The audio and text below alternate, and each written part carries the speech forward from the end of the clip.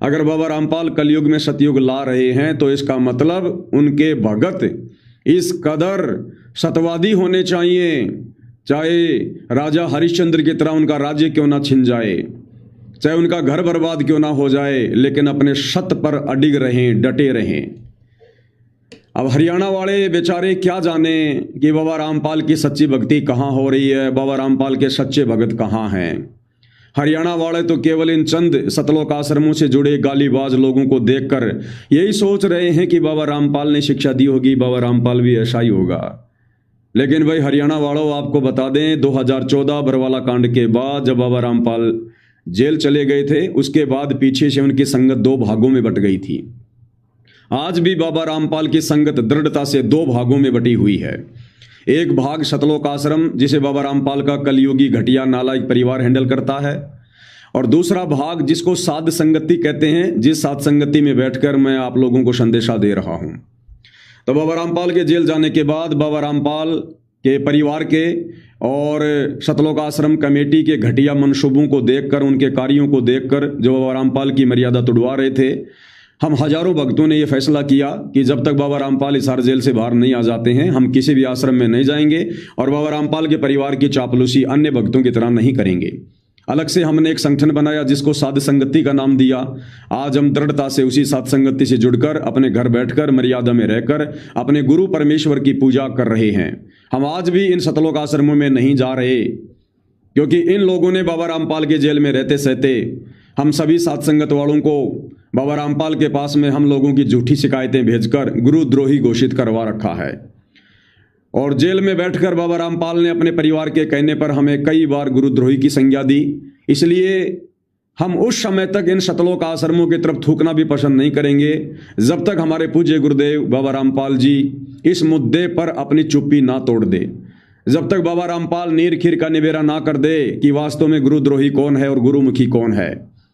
बाबा रामपाल उस समय बोलेंगे जब पहले बाबा रामपाल की संगत और पूरा हरियाणा वर्तमान में इन सतलोक आश्रमों में बैठे गालीबाज भक्तों की और बाबा रामपाल के परिवार की ये जो घटिया कारनामे हो रहे हैं, इनको देखकर जब तक ये समाज फैसला ना कर ले, तो बाबा रामपाल चाहते हैं कि मैं अपने परिवार के राज खोलूं, मैं इन गालीबाज भक्तों की सच्चाई बताऊं। उससे अच्छा है कि लोग इनके आचरण को देखकर, इनके स्वभाव को देखकर, जो वर्तमान में धर्मेंद्र हुड्डा के साथ वाद विवाद करते हुए ये जग जाहिर कर रहे हैं, दुनिया खुद ही निर्णय कर ले, मुझे बुरा ना बनना पड़े। इसलिए हम साथ संगति वाले इन सतलोक आश्रमों में नहीं जाते हैं और अपने गुरु जी के वचन पर चलते हुए अपनी भक्ति कर रहे हैं और निष्पक्ष भाव से बात करते हैं। ये धर्मेंद्र हुड्डा को या देवी देवताओं को जो अनाप शनाप अनर्गल गालियां दी जा रही हैं, भद्दा भद्दा बोला जा रहा है, ये इन सतलोक आश्रम से जुड़े भक्तों के द्वारा बोला जा रहा है, ना कि साध संगति वालों के द्वारा।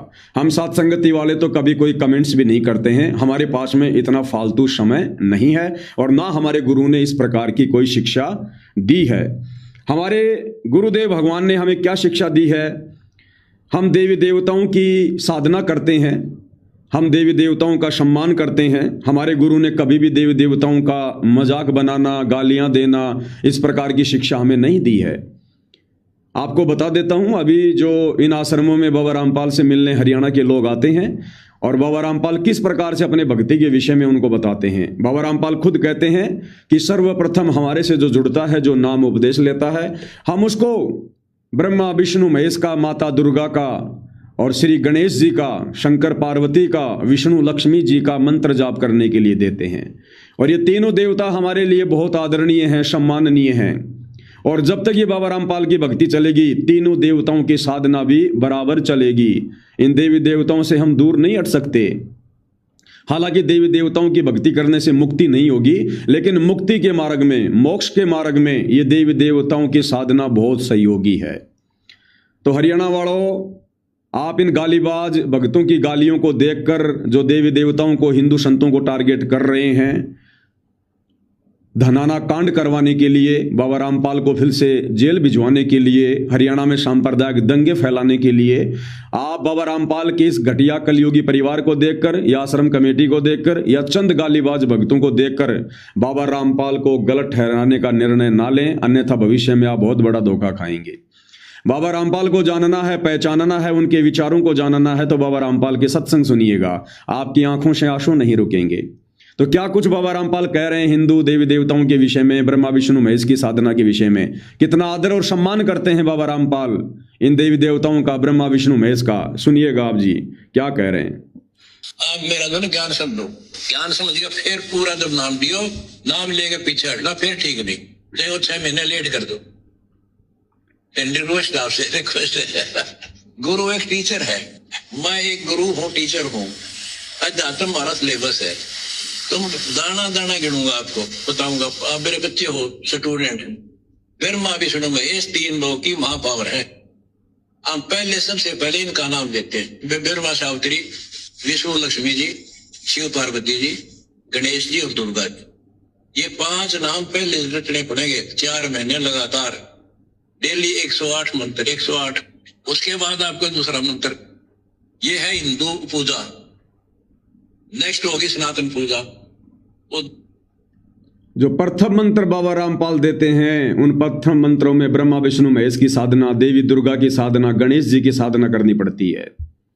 उसके बाद जो दूसरा मंत्र बाबा रामपाल जी देते हैं, जिसको शतनाम कहते हैं, वो वास्तव में हिंदू पूजा है, वो सनातनी पूजा है, जिसमें तुम्हारे काल और महाकाल के 2 मंत्र देते हैं बाबा रामपाल जी, जो इन अन्य संतों के पास भी नहीं है, आचार्य शंकराचार्यों के पास भी नहीं है। रियल हिंदू सनातनी पूजा भी बाबा रामपाल करवाते हैं। सुनिएगा। मंत्र का अक्षर इसमें ओम है, देखो। फिर तीसरी होगी पूर्ण ब्रह्म परमात्मा आदि सनातन, उसमें 3 नाम की पूजा की। 17 श्लोक 23 में जो है ओम तत्सत की 3 निर्देश है, फिर 3 निर्देश बढ़ता है। ब्राह्मणा 3 वेदा च यज्ञ च विहिता पुरा। तो सबसे पहले जो आदि है ये 3 नाम का जात। तो हम पूरा फिर आजीवन ये तीनों भक्ति करनी है, ब्रह्मा विष्णु महेश साथ रहेंगे। ये तो हमारे सुन लिया, बाबा रामपाल कह रहे हैं कि आजीवन आपने ये ब्रह्मा विष्णु महेश की भक्ति करनी पड़ेगी। अगर मेरे से नाम लेना है तो ब्रह्मा विष्णु महेश हमारे आदरणीय हैं, हम इनको छोड़ नहीं सकते, इनके बिना भक्ति पूरी नहीं होगी। जिस प्रकार 5वीं कक्षा को पढ़े बिना आप कभी भी बीए नहीं कर सकते, इसी प्रकार ब्रह्मा विष्णु महेश की बराबर साधना किए बगैर आप कभी भी मोक्ष प्राप्त नहीं कर सकते। तो ये हैं सतगुरु रामपाल जी के विचार, सनातन को लेकर, देवी देवताओं की साधना को लेकर, और इन सतलोक आश्रमों में बैठकर काल प्रेरणा से किस प्रकार इन देवी देवताओं को भद्दी भद्दी गालियां निकालकर, हिंदू संतों को भद्दी भद्दी गालियां निकालकर बाबा रामपाल को ही बदनाम किया जा रहा है। हरियाणा वालों, आप खुद निर्णय करो। उसी सतलोक आश्रम धनाना में बैठकर एक तरफ तो बाबा रामपाल की बातें कम और बाबा रामपाल के परिवार की बातें अधिक मानने वाले वो गालीबाज भगत उसी जगह पर बैठकर देवी देवताओं को गाली दे रहे हैं, और दूसरी तरफ उसी आश्रम में बैठकर बाबा रामपाल देवी देवताओं के सम्मान में किस कदर लोगों को समझा रहे हैं, उनकी भक्ति साधना के बारे में समझा रहे हैं। तो अपनी जो गलत धारणा आप हरियाणा वालों ने जो बना रखी है बाबा रामपाल के कलयुगी परिवार को देखकर, इन गालीबाज भक्तों को देखकर, अपनी गलत धारणा का खंडन करो। और बाबा रामपाल जी को जानना है तो बाबा रामपाल जी के प्रवचन सुनो। किसी ने भी बाबा रामपाल जी को हिंदू देवी देवताओं को टारगेट करते हुए नहीं देखा होगा। हाँ, हमारे इन पुराणों में, सनातनी ग्रंथों में जो भक्ति साधना सत्य है वो बाबा रामपाल ने खुल के बताई है। इन पुराणों में जो चरित्र हमारे देवी देवताओं का है, क्योंकि गलतियां देवी देवताओं से भी होती है, लड़ाई झगड़े देवी देवता भी करते हैं।